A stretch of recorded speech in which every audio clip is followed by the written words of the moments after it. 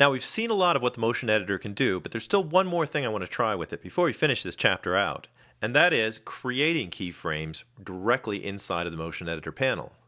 So far, we've used it to change easing, we've used it to change existing values, and simply to see which keyframes have been set by things like our presets. But now I want to go in and actually add some keyframes and some changes.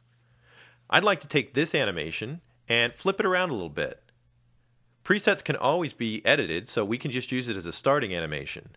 And what I'd like to do is have the ball arc through the air, but instead of continuing on in this direction, I'd like it to bounce off the backboard, go through the hoop, and then bounce back off the stage to the left. Now let's get things started by switching over to our selection tool. We're going to make sure we have our tween selected, and I'm going to bring up the motion editor panel. We'll double click. And just to make sure that we're seeing all of it, I'm going to make sure that I pull off to the right here, and we're seeing all 75 frames of our animation. Now I'd like to focus on the X area here.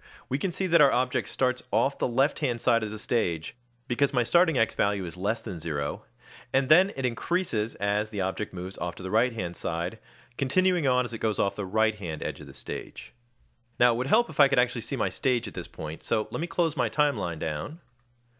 And let me adjust things a little bit so that I've got a little bit more view. And now we can see our basketball actually moving towards the basket. Now somewhere right in here, I'd actually like the ball to bounce off the backboard. So that means we're going to need a keyframe right in here. We haven't messed with keyframes too much, but we actually have a control specifically set aside for that. And that's these little arrows with the diamond in the middle. What the program will do is if you use the arrows, it'll actually move the playhead automatically to wherever the last or next keyframe is. So if I click this arrow, it's going to go all the way to the end because we don't have any keyframes in between. When we're at a keyframe location, we can see that the little diamond lights up in the middle. And that indicates that we're sitting right on top of that keyframe. We can use that control right here. I'm going to move my playhead back to where we want to add our keyframe. Let's say right about in there. I'm not being too precise. I can add a keyframe just by clicking in that diamond area. You can see a keyframe appears.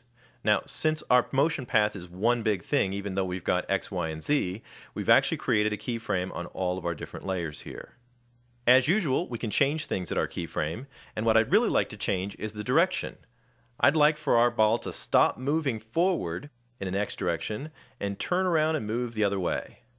Now we have more control than you think at these points. These are actually Bezier curves. They've got handles, we can drag on them, and they work just like other vectors. One other thing that I can do is in the right-click menu. If I go back to this point that we just created and I right-click on it, you can see that we can control this keyframe in a very delicate way.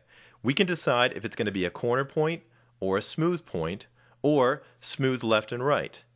Now right now it's a smooth point. And that's keeping my X direction going up smoothly along this curve. But I'm going to switch it out to a corner point. Now I mentioned before that I'd like to have my basketball move the other direction. So I'm going to grab the keyframe we have at the end here, and I'm just going to move it around directly in the timeline. Now you can see that our corner here makes a sharp change. And actually on the screen we can see that the basketball is going to make a bounce going from left to right. I drag down to 0, which means the ball is going to be sitting right on the edge of the stage, but I want to move it off stage, so I'm going to drag down just a little bit more so that it matches the beginning point. And now let me close the motion editor and see what kind of path we've created. We can see the X line change in the hard solid line, and even when we have the bounce easing applied, we can see that the direction is going to change with the ball from the dotted lines on our screen as well.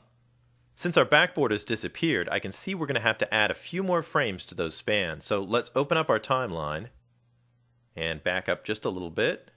And we can definitely see that our rim and our backboard disappear before they're supposed to. So let me just click at the end of each one of those frames, and I'll press F5, and we'll make sure that the durations match. I'll do that for the rim layer as well. And now we can go and look at our animation and see if it actually looks like it hits the backboard.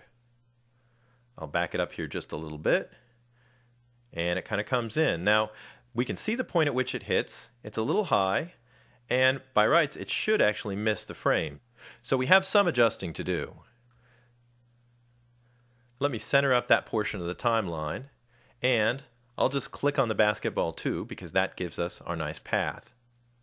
Now, just like before, I can still select the motion path and make adjustments to it. We can move it around, and we can even change back over to our transform tool to adjust things. I'm going to tug this out just a little bit here. And again, I'm looking at the dotted lines to see actually where the ball is going to hit. When I get close, I'm just going to preview it and see if that hits in the right spot now. Now it's probably a little bit high, so I'm just going to move the whole animation down. And let's see if we're making it through the hoop now. It's a lot better than before. And we can see how easy it was to make that change inside of our motion editor timeline. That would have been really difficult to do out here because I would have probably messed up all these bouncing keyframes as soon as I started dragging. Now let's see how it all looks at full speed. I'm just going to go use our test movie.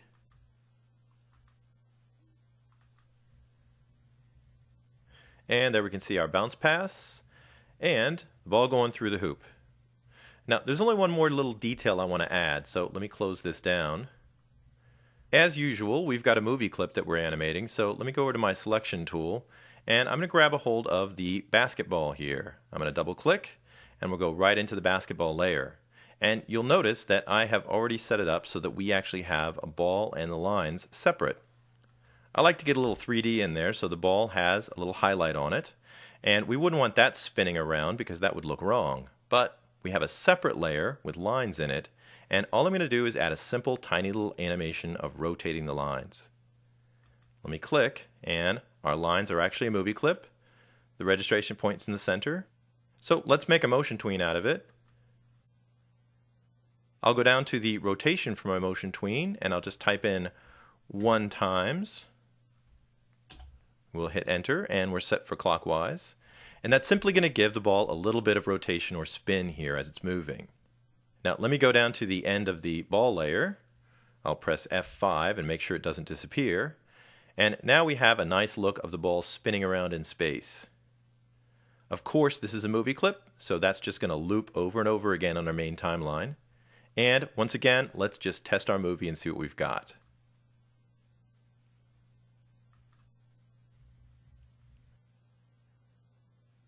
Now that little bit of rotation adds just a touch of realism.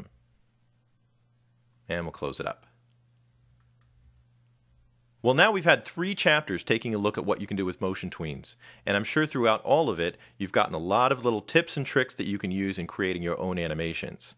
I would definitely suggest you get in a lot of practice and animate as much as you possibly can. In our next chapter, we're going to find out how to put it all together and learn how to use buttons and ActionScript to create interactivity.